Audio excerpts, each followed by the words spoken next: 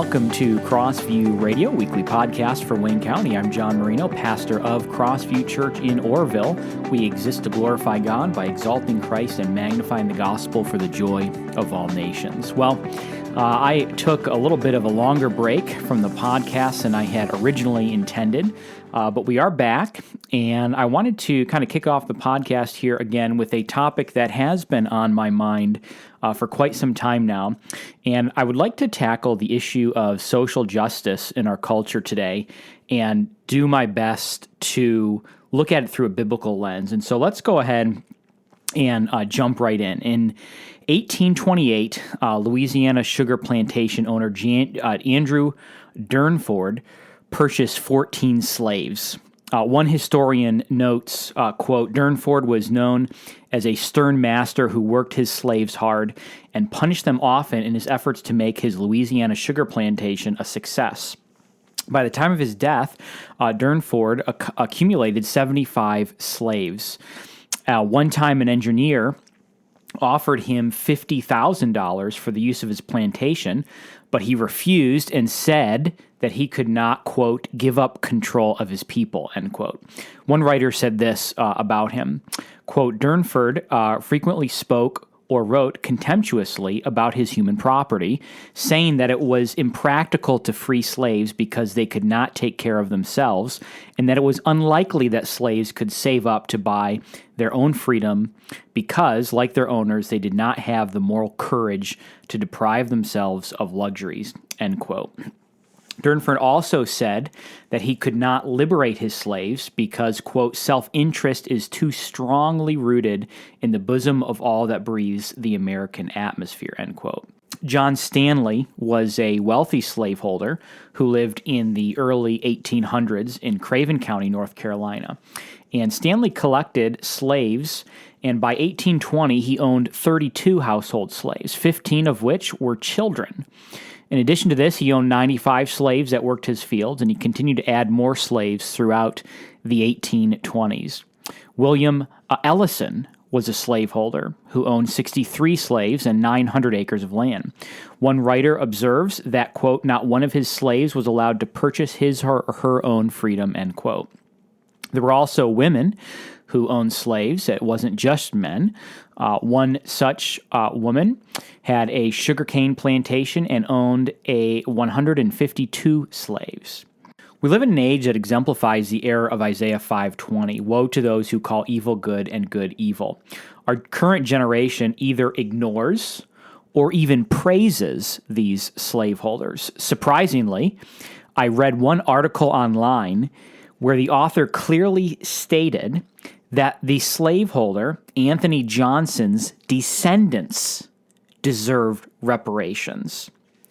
Now, of course, the question has to be asked, wherever you land on reparations, in what world do the descendants of slaveholders deserve reparations? In what kind of world would ignore the atrocities of these men and women and even advocate for reparations of their descendants? And the answer to this question is that only a world that sees color and not individuals. A world that does not believe this. I have a dream that my 4 little children will one day live in a nation where they will not be judged by the color of their skin, but by the content of their character. Now, the reason that these slaveholders are viewed this way today is, quite frankly, for one thing and one thing only. It is the color of their skin rather than the content of their character. Because what all of these slaveholders that I just mentioned have in common is that every single one of them was black. In 1840, in South Carolina alone, there were 454 black slaveholders. Blacks were responsible for selling other blacks and enslaving other blacks.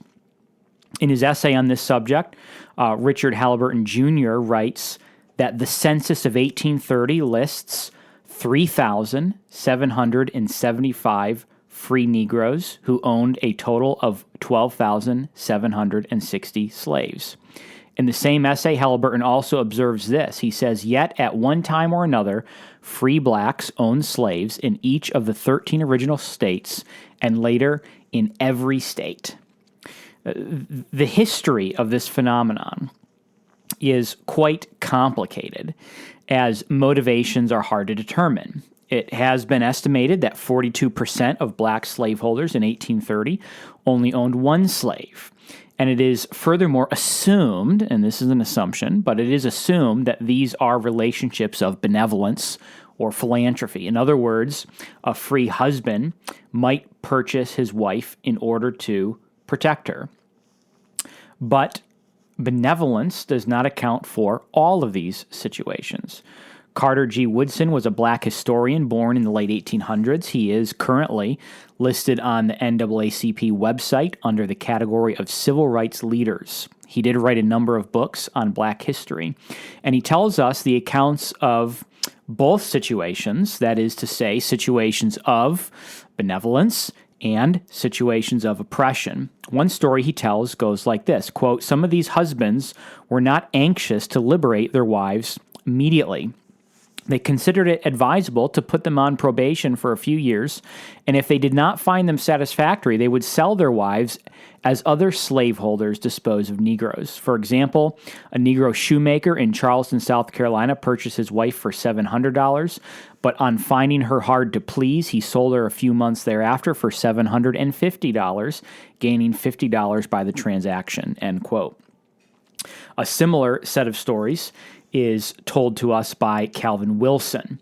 He says, narrated through another author, this, quote, "A free black in Trimble County, Kentucky, sold his own son and daughter south, one for $1,000 and the other for $1,200. A Maryland father sold his slave children in order to purchase his wife. A Columbus, Georgia black woman, Dilsey Pope, owned her husband. He offended her in some way and she sold him. Fanny Kennedy of Louisville, Kentucky, owned her husband Jim, a drunken cobbler, whom she threatened to sell down the river. At New Bern, North Carolina, a free black wife and son purchased their slave husband father. When the newly bought father criticized his son, the son sold him to a slave trader. The son boasted afterward that the old man had gone to the cornfields about New Orleans where they might learn him some manners," end quote. Then, same author wrote this. He said, quote, make a slave and overseer over his fellow slaves, as sometimes happen, and he would be 3 times as tyrannical as a white man," end quote. The book, The American Past, has a section on black slave masters, and I want to read it to you, or at least a section of it. It says this, quote, "There were black slave owners. The census of 1830 counted 3,775 free African Americans in possession of 12,760 slaves. A few, most in Louisiana, qualified as great planters. Andrew Durnford of New Orleans had 77 slaves. When questioned, Durnford said that owning slaves was the only way to wealth in the South. Although he contributed to the American Colonization Society, Durnford freed only 4 slaves during his lifetime, 1 in his will. More typical of black slave owners was Dilsey Pope, a free black woman in Georgia who owned her husband. Like Virginia, Georgia required slave owners who manumitted their slaves to send them to another state. Therefore, free African Americans who bought their spouses out of slavery were able to stay together only by owning them and their children as slaves. Dilsey Pope's story was unusual only in that after she and her husband had a nasty quarrel, Mrs. Pope sold him to a white neighbor. When the couple reconciled, the new owner refused to sell Mr. Pope back to his wife. Now, the reality here of all of this is simply that history is much more complicated than we thought. And it is here where the wisdom of Alexander Solzhenitsyn is apropos. In his book, Gulag Archipelago, he wrote this: "If it were only so simple, if there were only evil people somewhere insidiously committing evil deeds, and it were necessary only to separate them from the rest of us and destroy them. But the line dividing good and evil cuts through the heart of every human being." End quote. In other words, the world is messier than the social justice advocates suppose. History isn't as clean as we think it is. We all do bad things. One is not exempt because he is white or black. It is hard enough to create justice in the present, let alone in the past. If we can't even set things right today, how are we going to set things right in the past? Now, my point in beginning this podcast series, talking about black slave masters, is not to seek retributive justice myself or for anyone else. It is not to seek damages for anybody. Rather, my point in bringing this up is simply to demonstrate, as one person has said before, the problem is sin, not skin. The modern social justice movement, by and large, basically says that white is evil and black is good. And you don't have to look very far to find this in our culture, to find places like Coca-Cola and others saying that we are to try to be less white. This is by the way, theological claim. It is a religious claim. And what I would like to do is for us to see how the biblical doctrine of hamartiology and anthropology refute this claim. Now, we live in a complicated world, and a world that does not always lend itself to fitting neatly in brown paper packages tied up with string. Oversimplification does seem to be a disease in our current generation, and we've lost the ability to dialogue because of it.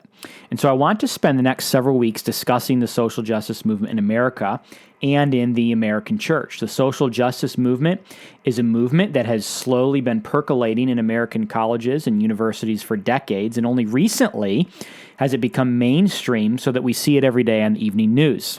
Just 5 or 10 years ago, nobody had heard of terms like critical race theory, intersectionality, microaggressions, cultural appropriation, anti-racism, systemic racism, white fragility, white rage, white privilege, woke, and preferred pronouns. But it's here, and from the look of things, it's here to stay for a while. So how are we going to address this issue? Well, I do want to begin this series by saying that my overarching goal is to adorn truth.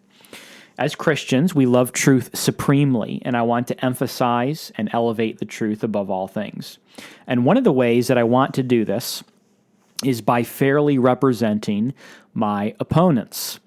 If we are going to have disagreements, I want those disagreements to be over the substance of the matter. I want to be so careful and so articulate that if they were to listen to this podcast series, they would only disagree with me on my conclusions, not on the definitions themselves. In other words, I don't want to create straw man arguments. There is no honor in erecting a fake worldview and smashing it. I want to do justice to this topic and to those who will disagree with the conclusions that I will advocate for. And so if you disagree with me, then I want it to be over the conclusions that I draw, but I want you to at least say, yes, he did fairly represent my view. Now, there's going to be a certain challenge to this because the social justice movement is a rapidly evolving worldview. And so the definitions and descriptions that I will give throughout this series do not always characterize every single proponent of social justice. And so I am trying to, in a sense, hit a moving target. And so I will do the best that I can to define this movement in a way that most of the modern advocates should agree with. So in my effort to fairly represent the view, I'm going to be trying to represent kind of the mainstream version of this as much as it is a moving target. Try to be accurate with representing, defining things the way they do, and so on and so forth. And as always, I invite you to reach out and continue this conversation, and I may even devote one or more podcast episodes to addressing perhaps objections or things that come in on this. So I invite you to always reach out to me in that. Now, before we land the plane today, I want to go back to my opening illustration, and I want to ask everyone to do me one favor, and that is to be intellectually honest with themselves. I want to present you with a simple Rorschach test. What is a Rorschach test? Well, it is one of those ink blot tests used widely in the 1960s. So you show someone a card with an ink blot on it, and you ask them what they see, and it's supposed to indicate to you people's perception of truth and of things. Now, this test is going to inform you whether you have learned your lesson well from the spirit of the age, or whether you love and adorn the truth. Now, I would assume that everyone was angry at the injustice of those slaveholders in my opening illustration before I told you their ethnicity. This is, of course, as it should be. When you hear of oppression, you should be angry at the oppressors. That's normal, or at least that should be normal. But here's the Rorschach test, or the litmus test, and it is here. If your anger shifted in any way after you knew that they were black, then you might not love justice as much as you think you do. You might be among the number of people that, according to 2 Thessalonians 2:10, refuse to love the truth. The narrative has blinded you to the truth. It has blinded you from recognizing an actual example of injustice. And this is, I think, one of the central failures of the modern social justice movement. It teaches people to hate the truth, to hate justice, and to hate the light. The modern social justice movement embraces partiality in order to eliminate partiality, which is nonsensical. It uses unequal weights and measures. And of course, Proverbs 20 and verse 10 says that unequal weights and unequal measures are both alike an abomination to the Lord. To have equal weights and measures in this scenario would be to be angry at injustice before you knew the ethnicity of the oppressors, and to be equally angry after you knew their ethnicity. You cannot be a pick-and-choose offendee. Oppression is an equal opportunity offender. And the sooner we realize that, the closer we will be to a biblical view of sin instead of a worldly view of sin. Now, said another way, if you are only offended by the oppressor's skin color and not the oppressor's oppression, then oppression doesn't offend you, skin color does. We are being sold a bill of goods, a simulacra of justice, or a counterfeit justice. It may look like justice on the outside, but it's a forgery, a fabrication, an imposter of the real thing. Let's do just one more Rorschach test, based once again on our opening illustration, based on the fact that thousands of blacks have owned tens of thousands of black slaves. Let's do this test based on the injustice of skin color-based reparations. Just consider this. You will either support biblical justice or you will support injustice. There is no such thing as unbiblical justice. All justice is biblical, and all injustice is unbiblical. A simple Rorschach test is apropos. If you support skin color-based reparations, then you support reparations for the descendants of slave masters, which is another way of saying that you support injustice. Wokeism, then, doesn't mind supporting injustice as long as it gets you cultural relevance, book contracts, speaking engagements, and societal applause. What rescues us from this madness? The Word of God. Do you hate white on black injustice, and black on white injustice, and black on black injustice, and white on white injustice? Or do you only hate one of those kinds of injustices? One of the problems of the modern social justice movement is that it has a collapsed view of sin and injustice, where it sees only certain kinds of injustice and turns a blind eye to other kinds of injustice. The Bible, on the other hand, condemns all forms of injustice. The biblical view of man is that all men are totally depraved. All men are lost in sin and in need of justification. In one sense, wokeism doesn't go far enough. Its skin color-based view of human sin and righteousness ignores the biblical reality that we are all oppressors, we are all evil, and we are all in need of redemption. And if you don't understand a correct theology of man and sin, you can't get to a right theology of salvation, which means that first and foremost, the solution to the great woke oversight is the gospel of Jesus Christ. And by God's grace, we will embark on a new podcast series to explore this topic in greater detail. Thanks for listening to Crossview Radio. I'm John Marino, pastor of Crossview Church in Orrville. We meet Sundays at 10 a.m. To find out more about Crossview Church, visit us online at crossvieworville.com.